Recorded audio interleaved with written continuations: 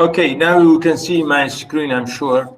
Now, as I said, this is a very strong, really clear example of musicality. And look, William Blake talking here about a tiger, describing this animal in a very, really amazing way, the way he, writes this tiger, tiger, burning bright. I mean, look at this, the alliteration here, and tie, tie, and then burr, right? And again, the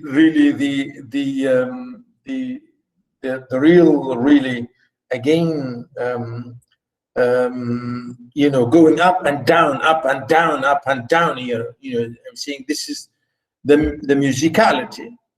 Tiger, tiger, burning bright in the forests of the night. What immortal hand or eye could frame thy fearful symmetry? In what distant deeps or skies burn the fire of thine eyes? On what wings dare he aspire? What the hand dare seize fire?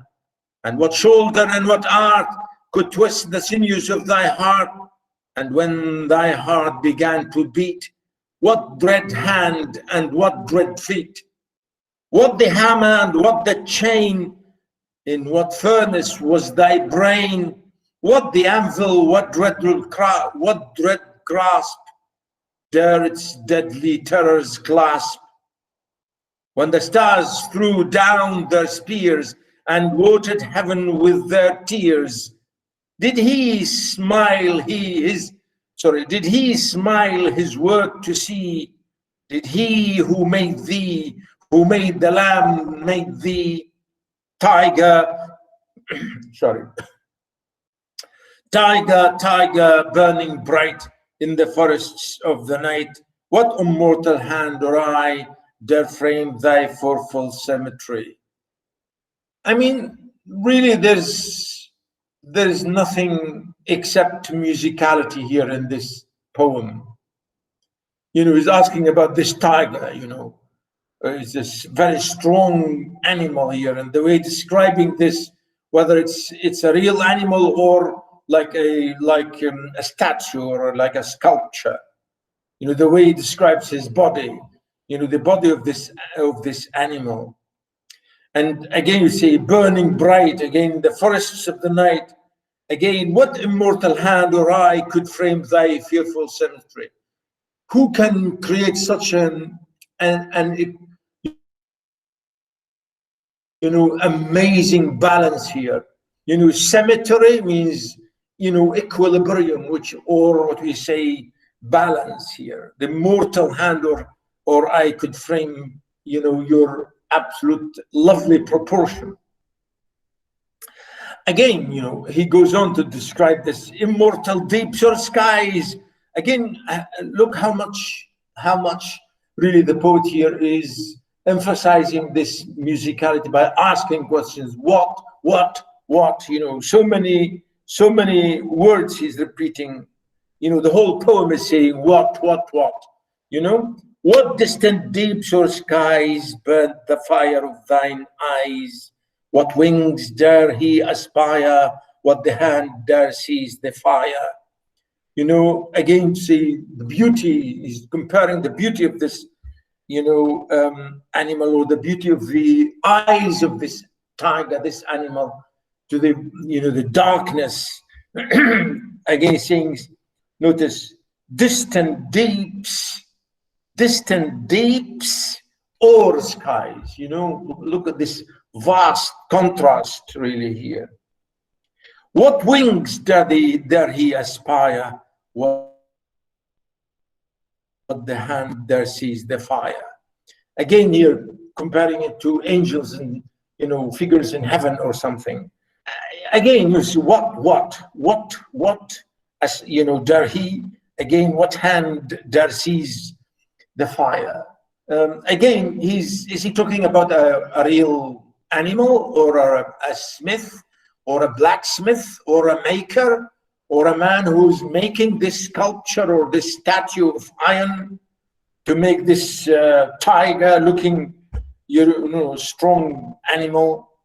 And he goes in the third stanza in the same way, really. So he's asking all these amazing exclamation questions. Really, they are just rhetorical questions, really rhetorical questions. And, just to admire the absolute beauty of this animal. What shoulder, what art could twist the sinews of thy heart? Here again say, if this is a real animal, who or what kind of hand, what kind of power which made this massive, powerful heart of this tiger? Because we know tigers to be really very strong and savage, could be the strongest, I don't know, maybe lions or tigers, or I don't know. I mean, this is the idea. He's saying, the hearts are so powerful. And when thy heart began to beat, what dread hand and what dread feet? Again, as if to say, even when the heart is beating, then who is ever going to be, to dare to touch you or to come close to you, or, to come next to you, because you're such powerful and dangerous and so on. And in the fourth stanza, he comes back about the hammer, as if to say he's made by a blacksmith, as I said, by a real worker, or if you like, an ironsmith or a blacksmith, as we say. So is he talking about a real animal, or, as I said, a statue, or making a sculpture? I don't know. Somebody coming in asking, yeah, I'm sorry. Yeah. Okay, somebody writing something in the chat.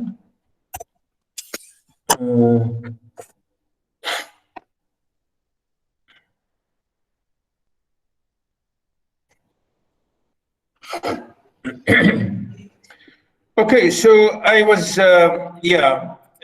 I'm just really, again, showing you, of course, the ideas and the meanings, but again, look at the musicality, to go with the questioning here, the question marks, which saying all this, what, it's all saying what an evil, what dread, what, etc. What hand, what heart, etc. He's all these questions, really, as I said, rhetorical questions, but they help and serve, really.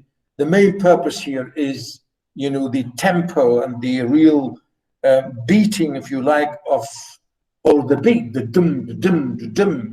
This is, I'm saying here, really the drum-like musicality. When the stars threw down their spears and watered heaven with their tears. I mean, look at this lovely, again, images in watered heaven.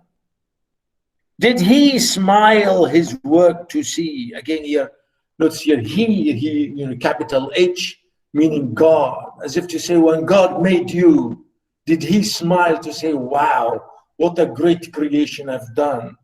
As if to say, God was so happy to see what he had made when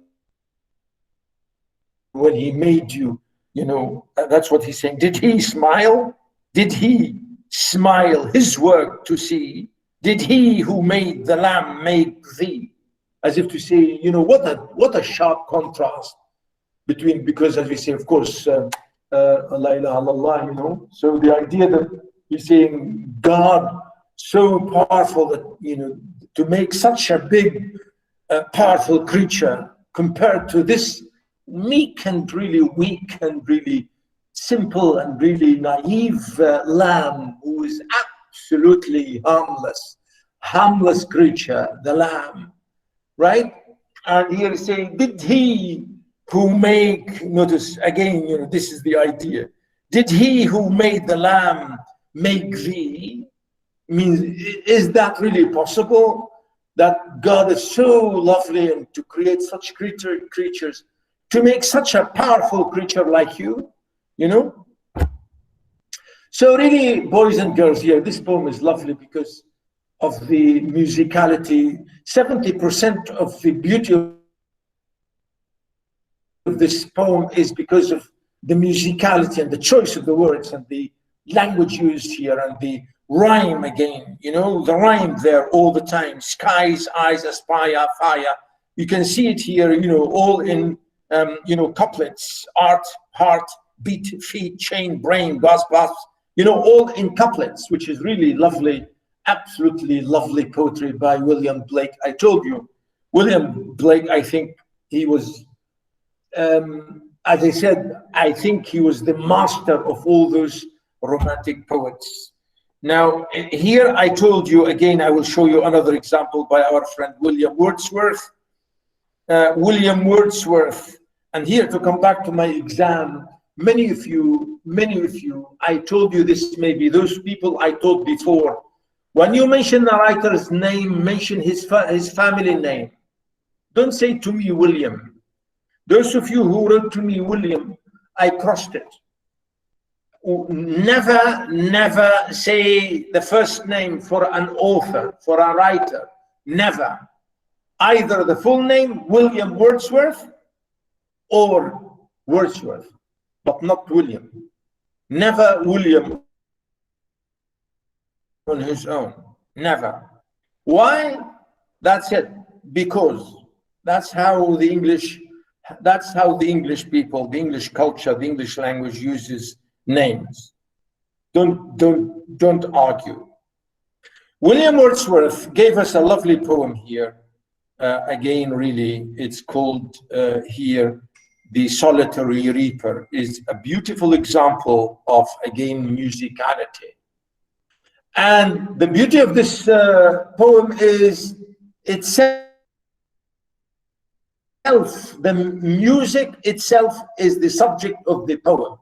So the poem itself, talking about the effect of music, the effect of musicality. The solitary reaper. Reaper, you know, somebody who reaps, you know, the person who harvests his or their crops. When you grow, for example, wheat or barley or any crop, and you reap it. Al-hasad.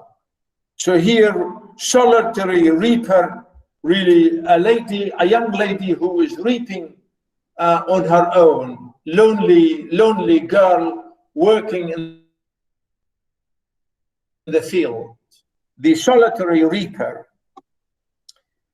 Can you hear me, boys and girls?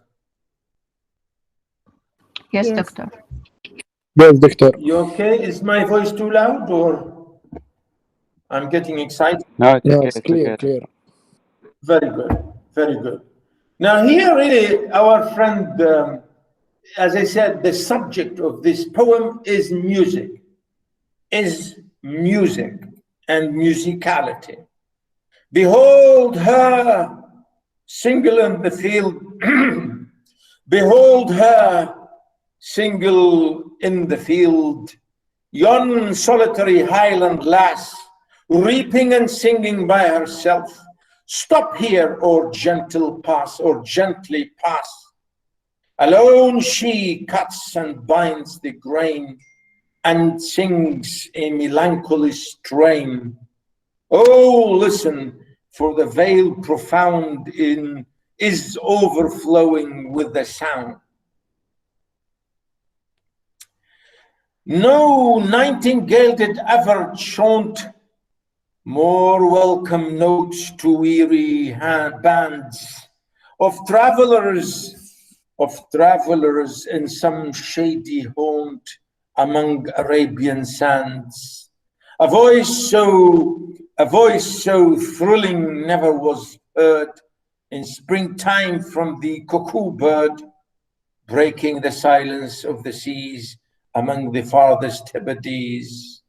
Will no one tell me what she sings? Perhaps the plaintive numbers flow for old unhappy far-off things and battles long ago. Or is it some more humble lay familiar matter of today, some natural sorrow, loss or pain that has been and may be again. Whatever the theme, the maiden sang, as if her song could have no ending.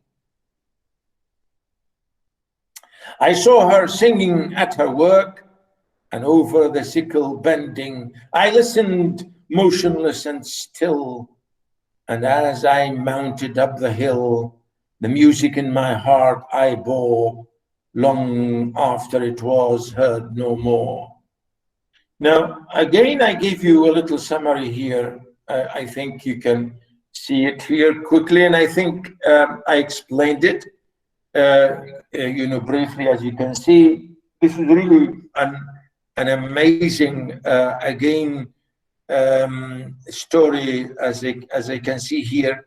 It's again 4 8-line stanzas of this poem, written again in tight iambic tetrameter, again tetrameter, each following a rhyme again scheme of A B C C D D, and so on. Of course, there are a little bit of tiny exceptions, as you can see sometimes. Now, really, this is, as I said, the music here, a lady singing, a girl singing, she's far there at the mountain in the fields, single. Behold her, look at her. She's lonely in that field. Yon, far away there, solitary, Highland lass. Lass, in Scottish accent, in Scottish dialect, they use, well, in English as well, they say lassie, and lass means a girl. Like a lad, we say lad and lass. Lads for boys, our lads, we say our lads, and our lasses means banatina and awladina, right? So here is saying our, this Highland is an area in northern parts of Scotland. It's called Highland. Really, it's any area which is, of course, mountainous, highland. So she's a girl from the mountains, working there, weeping and singing by herself. Stop here or gently pass. So here, our speaker, Wordsworth, if you like, is saying, look at this girl singing, listen to her. Either you stop and listen and be quiet and listen, or just pass quietly and don't say a word. Don't disturb her. She's singing, and pass gently and don't make any noise. Notice, reaping and singing by herself, stop here or gently pass. Alone she cuts and binds the grain and sings a melancholy strain. She's working, cutting the grain, alone, and she is binding also the sheaves. And she's singing a sad song, you see. Oh, listen, for the veil profound is overwhelming with the sound. Saying, listen to her. Her music is filling out the whole area, the whole mountains and the valleys. Veil, profound, means overwhelming the whole area. Her voice, her singing is heard everywhere in this area.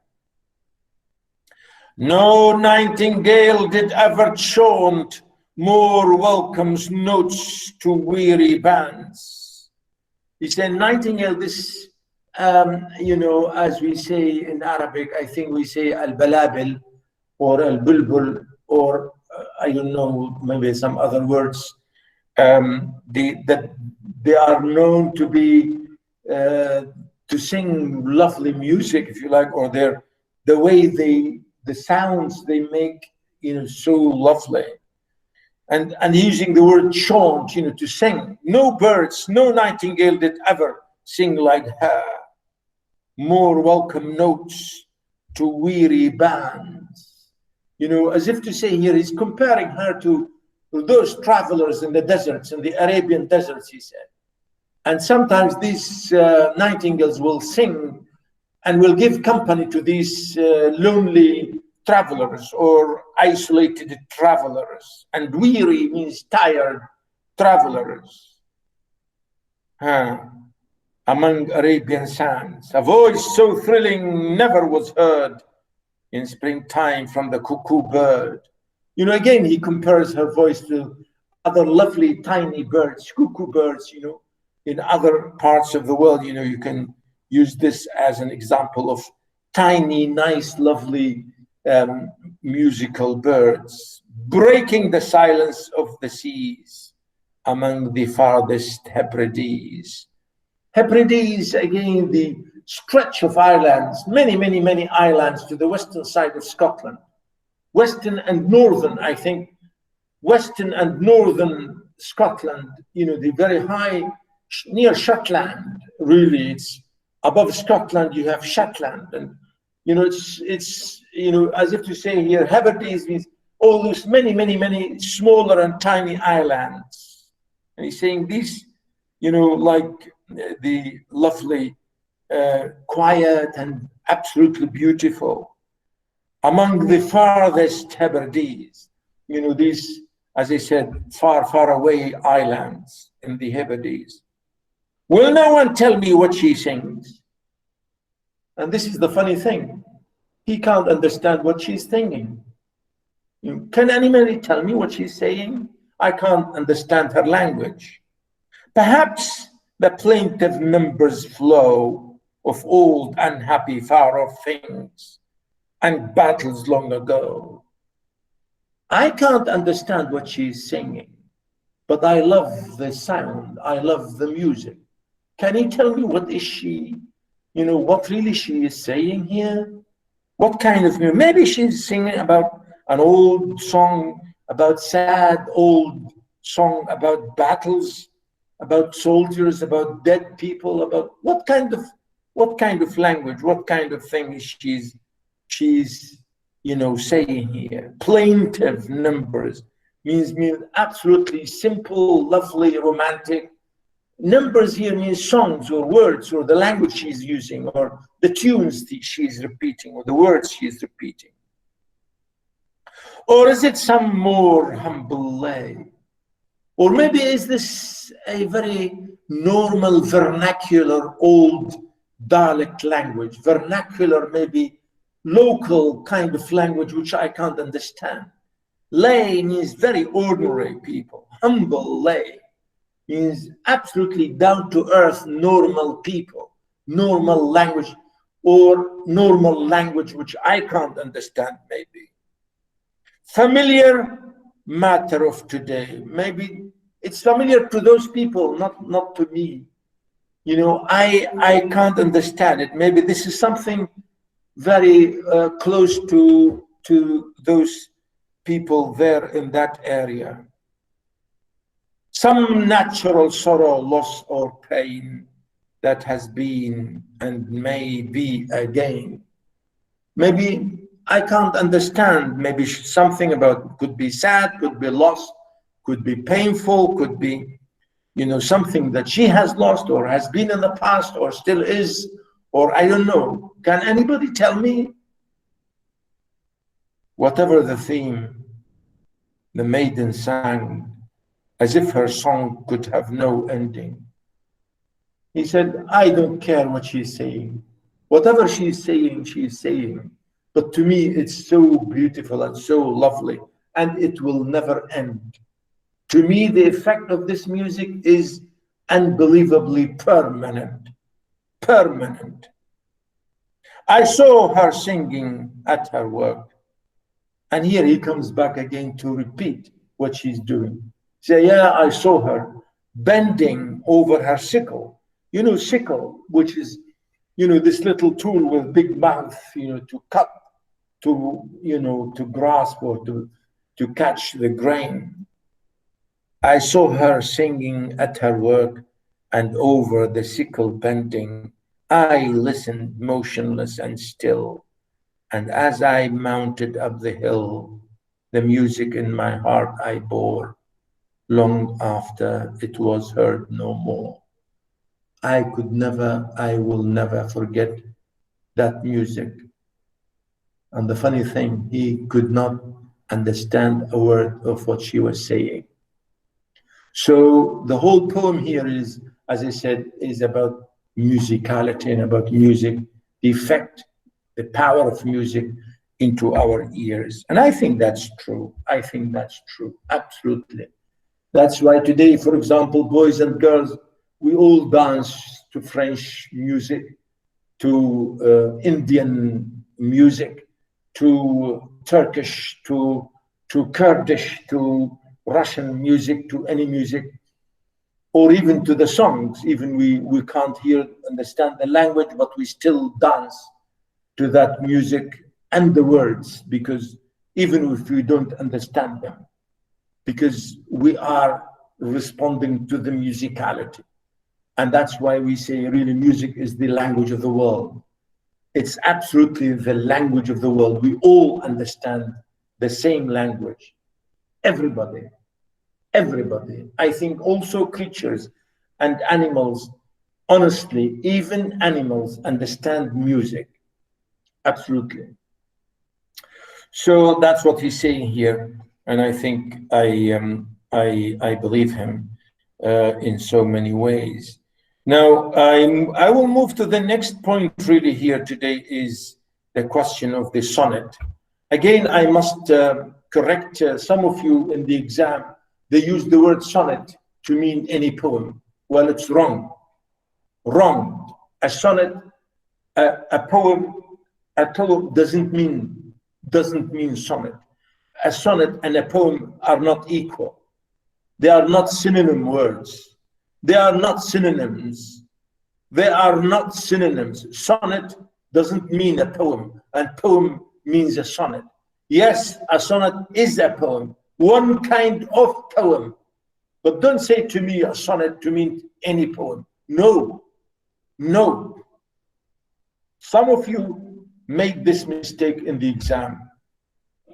Today, I'll give you the sonnet as an example. I will give you two examples here. I still maybe have time with our friend William Shakespeare. I know we are a little bit late in our schedule, but I will do that, no problem. Now, in the sonnets, as you know, I said our example really is Shakespeare, and here I have two in my notes. I gave you two examples of Shakespeare. Yeah, here I think the sonnets. Here the example you can see in my. Still, you are looking at my my screen. As you can see, I say a sonnet is a 14-line poem that rhymes in a particular pattern. In Shakespeare's sonnets, the rhyme, as you can see here, I said it is a poem, but notice a 14-line poem. A 14-line poem. With a particular pattern, you know, and here I explain this, and I think it's very clear, as you can see here in my example. And I think, you know, our friend Shakespeare wrote really a lot of sonnets, and he was the master of the sonnet in the English language. Nobody wrote better than him. Nobody. And he wrote 156 sonnets, 156 sonnets. And the first 120 or 26, I think 120, I'm not sure, 21 or 26. He wrote them to a friend, and the rest he wrote them to a dark lady. So the poet here is addressing two people in these poems, in these sonnets. Number one to his friend, to a friend, and number two to a friend, another friend, who is, he says, or people say, this is not my idea. It is, of course, you know, all the studies and I think you can see from the poems themselves, Shakespeare wrote these to, as I said, the last 26 or more, I think, to a dark lady, and the rest to his. I think I said that somewhere. I can't remember when or where I mentioned this. I'm not sure where. I don't know. Maybe not here, maybe in somewhere else. Anyway, that's not important at the moment for you. But Shakespeare wrote, as I said, 156 sonnets, addressing them to two people, to his friend and to a dark lady. And here in sonnet number 18, and they are all in the same style. Exactly the same style, the same meter, the same rhyme, absolutely, all of them. Iambic, as you can see, iambic, pentameter, all of them. And they are all, as you can see, the rhyme A, B, C, D, E, F, G, G, all of them, 156. And here the first one, is a very good one. Shall I compare thee to a summer's day? And I think if you can see my my profile picture is this one here. My profile, as you can see, shall I compare thee to a summer's day? This is Shakespeare, right? This is, I did this, I put this as a cover profile for this, really, because Shakespeare, I think, is he's an amazing man. Yeah. Where are we?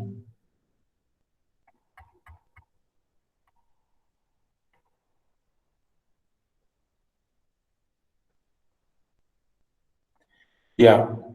So here he's the speaker is talking to his friend. Shall I compare thee to a summer's day? Again here, shall I compare thee to a summer's day? Shall I compare thee to a summer's day? Thou art more lovely and more temperate. You know, this is, I'm scanning the line, unstressed, stress, unstressed, stress, unstressed, stress, and so on. Shall I compare thee to a summer's day? Thou art more lovely and more temperate. Rough winds do shake the darling buds of May, and summer's lease has all too short a date. Sometime too hot the eye of heaven shines, and often is his gold complexion dimmed, and every fair from fair sometimes declines, by chance or nature's changing course untrimmed. But thy eternal summer shall not fade, nor lose possession of that fair thou owest, nor shall death brag thou wanderest in his shade, when in eternal lines no time thou growest. So long as men can breathe or eyes can see, so long lives this, and this gives life to thee. Yeah, this is really lovely. Do you understand anything of this? What is he saying here?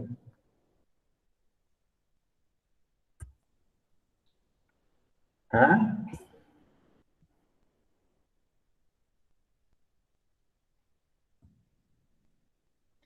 Boys, girls, any ideas? Yes, we're here, doctors. Sorry?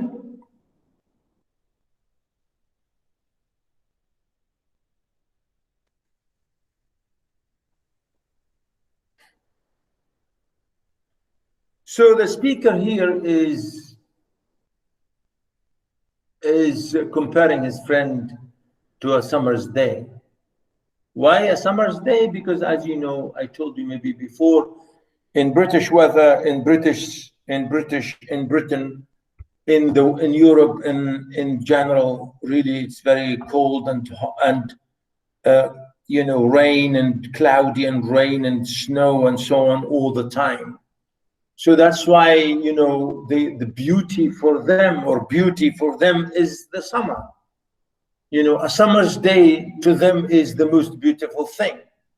As we say, maybe here for us in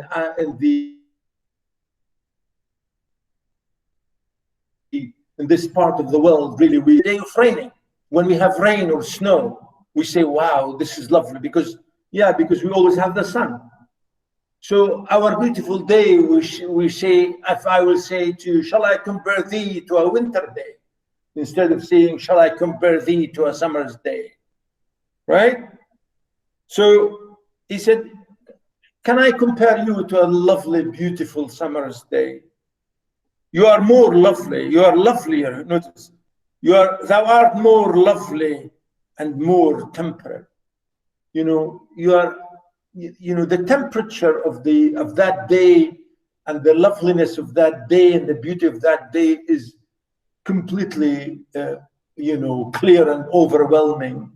But yet you are more, you know, acceptable, or you are lovelier. Rough winds do shake the darling buds of May, and summer's lease has too short a day. You see, normally in the winter or in the spring, there are a lot of times, you know, many times we have winds, and the wind will shake the trees and, you know, will break these small young buds, baby buds for the trees, and that's why I'm saying darling buds of May. You know, in springtime, when these young flowers, when they are still baby flowers or buds, maybe when the wind comes, rough wind will break them, will shake them. And summer lease has all too short a date. You know, this lease here means the span of time, the period of time of the summer is too short. The summer's time is, the period here is, you know, the time we are given, the allowed is very short. Sometimes too hot the eye of heaven shines, but maybe sometimes the sun, notice here comparing, saying the eye of heaven, meaning the sun. Really, this is a lovely, absolutely lovely metaphor here, comparing the, you know,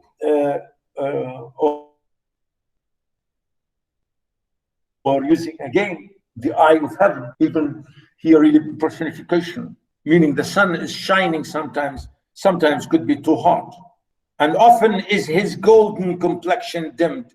His, again, the sun, the sun, because in English the sun is used or referred to he, and the moon to she. We say moon, she, and he for the sun. Unlike the Arabic, which is really funny, we are in Arabic is funny. We say she, we say for the sun she, and for the moon he. And we, you know, we are in Arabic, we are funny people. Even we are contradictory and paradoxical. We compare the beauty of a woman to the moon, but not to the sun. We compare the beauty of a female to a male, which is again very strange in our Arabic, twisted Arabic mentality. I think so. Every fair from fair sometimes declines. Meaning saying somebody, you know, all the time we know when people are, you know, when you are young, you are in your teens, and maybe you are in your 20s and maybe 30s, or maybe 40s, you are so lovely and so attractive and so beautiful and so on. But in time, you will get older and then you will lose your beauty. Every fair from fair sometimes decline, meaning every beautiful person, from time after, sometimes this beauty will not last. will die away. You will not be always the same. Doctor, And that's what come on. The Sorry? beauty is the beauty.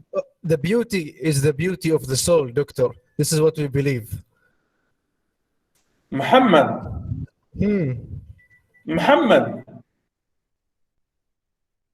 Yes, Doctor. Muhammad. Yeah.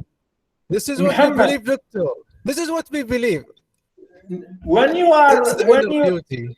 yeah, when you get married and you find a lady and you find a lady, then say this to her.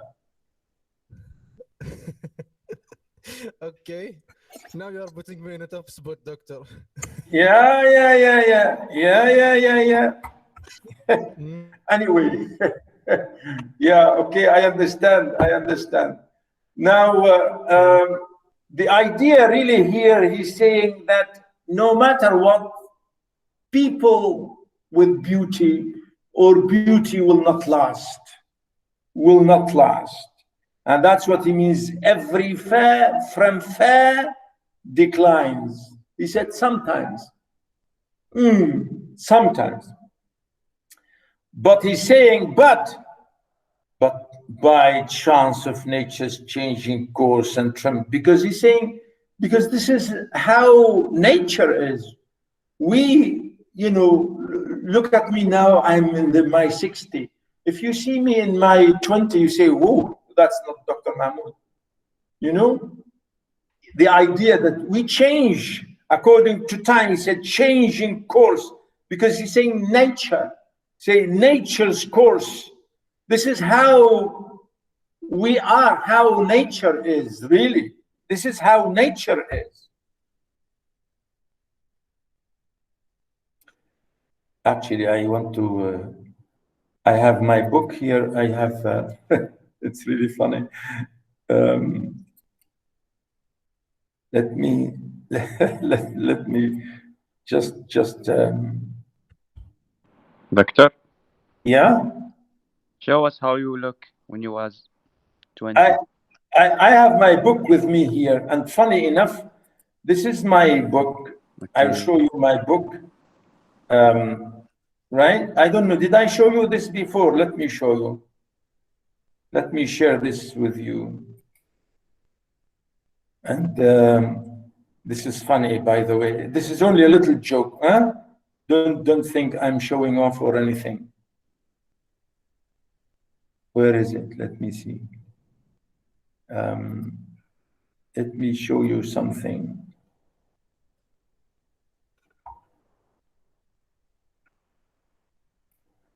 Right. So, do you see this? Do you see my screen now? Yes, Doctor. Yes, Doctor. This is my book. I published. This is originally my PhD. This is my book, published 1992. John Fowles' Fiction and the Poetics of Postmodernism, Mahmoud Salami. You can see here, and you can see the place of publication. I think it's mentioned somewhere later, but I will show you. If you Google, this is in Google. You can Google my name and you can see it. And this is the first chapter. Now, the reason I'm showing you this, I will show you the last page here.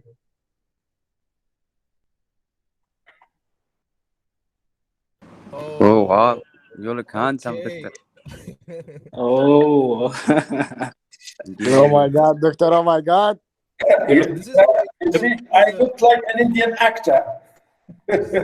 No, Doctor, you look like Abdul Halim. Yeah. Yes. Yeah. Hey, wait. This is published, London and Toronto Associated University Presses, and this is in 1992.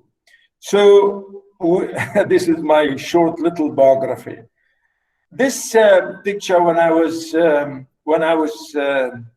actually I was 31, right? So people change. Sorry. The idea really, I want to to go back to our where are we? Let me share the thing.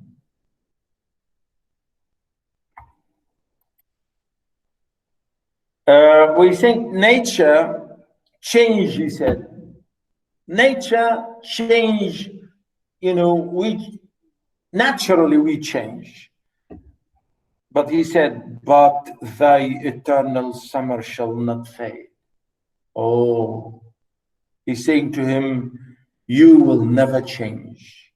You, thy eternal summer shall not fade. Meaning you will never, ever, ever change. Unlike nature, you know, meaning your absolute loveliness and blah, blah, blah, blah, blah will go on forever. Even nature could not change you, nor lose possession of that fair thou owest. Your beauty will never, your charmness, your lovely, etc., etc., will never go away, will never die away, shall never, notice, fade, and though you will always have. Nor shall death brag thou wanderest in his shade. Even death will not say, I'm going to kill you, because we know that death is going to kill us all. He said, even death will not take you when an eternal lies in time thou growest, because you will grow and live in my lines. I'm writing about you. Wallahi, Shakespeare was correct, because we're still reading him after 500 years from now. Al-Am Shakespeare maybe was correct. We are still reading him. He said, time and time and time, eternal lines, he said, eternal lines will go on. So long as men can breathe or eyes can see, so long lives this, and this gives life to thee. You will live as long as my lines live. So long as man can breathe or eyes can see, you will live as long as people will be on this earth. You will live. And so long lives this. And as long my poetry, this means this poem, this line, as long as this line is read by people, you will live. Wow. Because he said, this line gives life to you. My poetry gives life to you. Oh, wow, wow, wow. Wow, wow, wow. Really, here Shakespeare is giving us, as I said, is a lovely example of a sonnet. As you can see, giving the idea about that this man, his friend, will live forever. The next one is the same again, really about the same idea, exactly the same. Let me not to the marriage of true minds admit impediments. Love is not love which alters when alteration finds, or bends with the remover to remove. Oh no, it's an ever fixed mark that looks on text. Oh, sorry, let me put this electricity. Oh, I forgot that. Where is it? Yeah.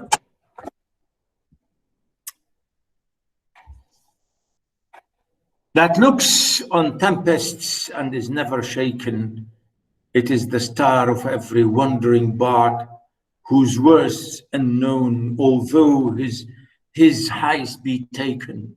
Love is not time's fool, though rosy lips and cheeks within his bending sickle compass come. Love alters not with his brief hours and weeks, but bears it out even to the edge of doom. If this be error and upon me proved, I never writ, nor no man ever loved. I think the same in a way. He's talking here about the real meaning of love, the real meaning of love and marriage, he said. Let me not to the marriage of true minds admit impediments. He's saying, if you really love someone and you want to marry them, don't say there are problems in our way. Because he said, real love will not accept any impediments. Impediments means obstacles or hurdles or obstacles in your way. Don't admit, don't accept, don't believe. Because he said, notice, true minds, not just hearts, but minds. Let me not to the marriage of true minds admit impediments. Meaning, if you want to combine two people who are absolutely in love in marriage, like to compare two people who agree on ideas, their minds together. So there's no way that they will accept any problems. They will take away all the problems. And that's, he explains it again. We said, again, love is not love, which alters when alteration finds. Love will not accept any changes, will not change when changes arrive. Means love will not change if any changes come in the way. If it changes, then it's not love, he said. Love is not love which alters, which changes when alteration finds. Means when it changes, when changes come. So that's not real love then. Love, he said, love is not love which alters, which changes when alteration finds. Again, really, it's absolutely strong and lovely the way he goes on about it. Again, or bends with the remover to remove. Again, to remover, like somebody is removing you from, like somebody coming to push you from here, and then you will be pushed. Somebody will say to you, hey, get yourself out of here, and then you will go.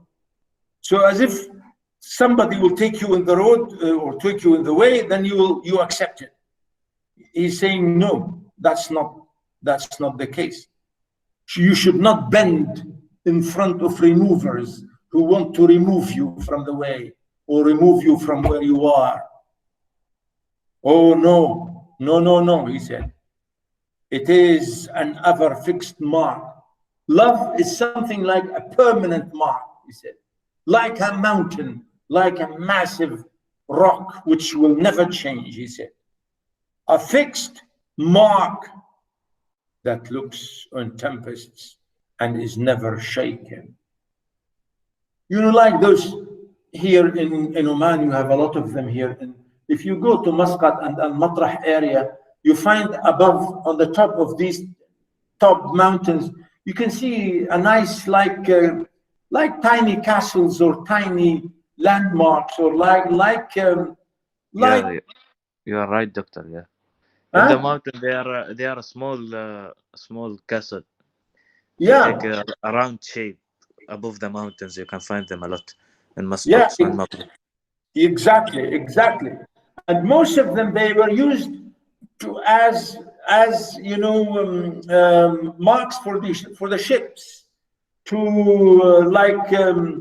really like light, if you like, lighthouses or something.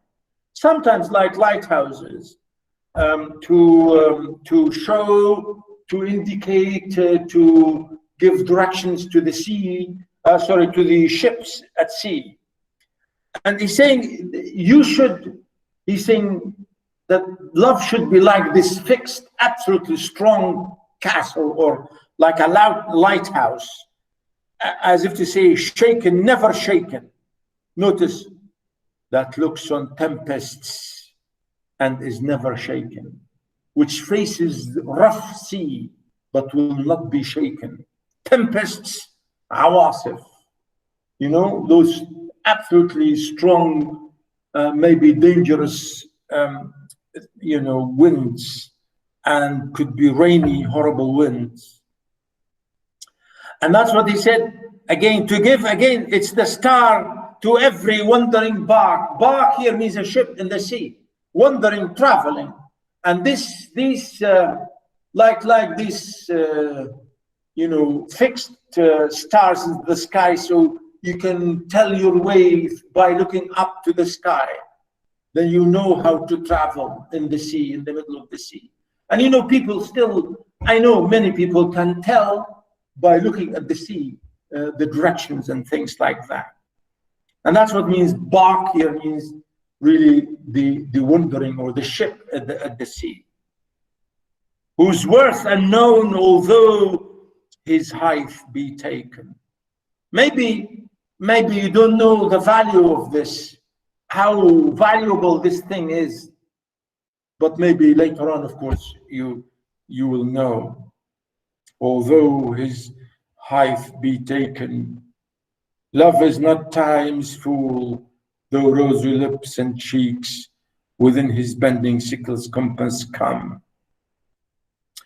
I think he compares this to the previous line, the same thing. Which one here? Love is not time's fool. The same one here when he's saying about the here every fair from fair sometimes decline. Again, the eternal summer, and this is the idea about permanent beauty. This is the same thing. Love is not time's fool, meaning love will not die through time. Love is not the fool of time, meaning it'll change by time. Though rosy lips and cheeks within his bending sickle's compass come. Maybe your rosy lips and your cheek will die away, yes. But now, he's saying that's not the case at the moment. Rosy lips and cheeks maybe will die in time. Love alters not with his brief hours and weeks, but bears it out even to the edge of doom. Love will not change in time. Again, his brief hours. Again, his here could mean time or could mean the sun. Yeah, love should not change in time. Should not. Should not. Love alters not with his brief hours and weeks. Notice here, as I say, his could mean the time. Really, again, within his bending sickle, again means time, right? So again, could be his really to refer to the sun. To refer to the sun as a symbol of time. Okay? So he's saying, love should not, but bears it out. Bears it out means to be courageous and face problems all the time, to the end of doom, till the last day, to the judgment day. If this be error and upon me proved, if you think I'm wrong, if you can prove me wrong, if you really believe I am wrong in this, if you ever think that this is what I'm saying is not true, I never read, nor no man ever loved. If you think I'm wrong, then all my writing is going to be rubbish. It means that I have never written anything. And if you prove me wrong, then there's nobody ever had loved before me, because I'm not wrong. I'm not wrong, because nobody loved like me, and nobody had written like me.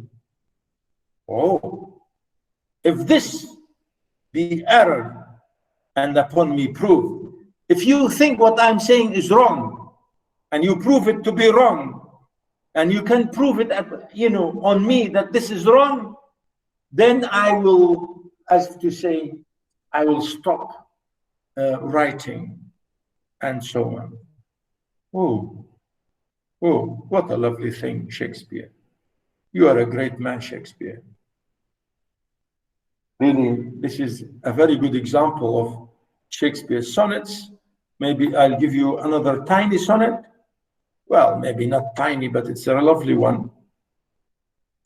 Really, it's a lovely one here by Spenser before him. Edmund Spenser, Sonnet 75. I still have about 10 minutes. I think it's a lovely one. Muhammad, Amir.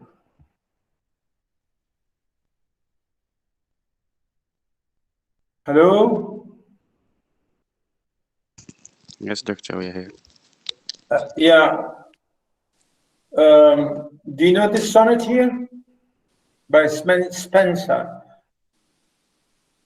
Let me read it and I will ask you a question. There's a song in Arabic similar to this. One day I wrote her name upon the strand, but came the waves and washed it away. Again I wrote it with a second hand, but came the tide and made my pain his prey. Vain man, said she, that dost in vain essay a mortal thing so to immortalize. For I myself shall lie to this decay, and eke my name be wiped out likewise. No, so quote I, let baser things devise to die in dust, but you shall live by fame. My verse your virtues rare shall eternize, and in the heavens write your glorious name. Where whenas death shall all the world subdue, our love shall live, and later life renew. Amorete. Amorete means love. It's here a great man, Edmund Spenser. He was contemporary to Shakespeare. And Spenser wrote a huge poem called The Fairy Queen, and it was for Queen Elizabeth. And people thought again, in the same way, people thought that Edmund Spenser was in love with Queen Elizabeth. I told you before, Sir Philip Sidney, Shakespeare, Christopher Marlowe, and Edmund Spenser, all of them, they were all contemporary, they were writers at the Elizabethan time, and all of them, they were accused of being, were in love with the Queen, but the Queen never married any of them. And here he wrote a huge poem called The Fairy Queen. Here really means the fairy means the beautiful queen, the fairy queen. And this section here is, one of those memorable examples from that. And as you can see here, including Amorete, which is seen as part of the courtship of his second wife, Elizabeth Boyle. Like Susan Boyle, the Scottish lady. Yeah, one day I wrote her name upon the strand, but came the waves and washed it away. Muhammad, Amir, boys, girls. Yes, doctor. There's a song. Here. Yeah, a song by Fairuz.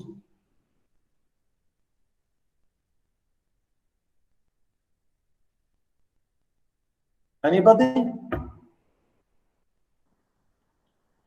I don't think that we know, doctor. We don't listen to You classical music. don't listen to Fairuz? No.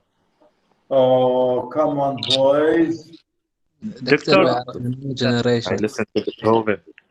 Fairuz, come on, If she started Fairuz. a song, she wouldn't finish. Yeah, she take a lot of time to sing. والله العظيم. I feel like Doctor, the they lyrics have no are taste. familiar. What?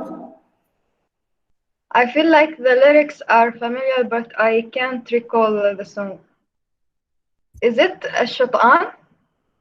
بكتب Something اسمك like that. يا حبيبي على الحور العتيق. وبتكتب اسمي على رمل الطريق، بكره بيجي. ما بتسمع بالغناية هاي؟ بكتب اسمك يا حبيبي على الحور العتيق.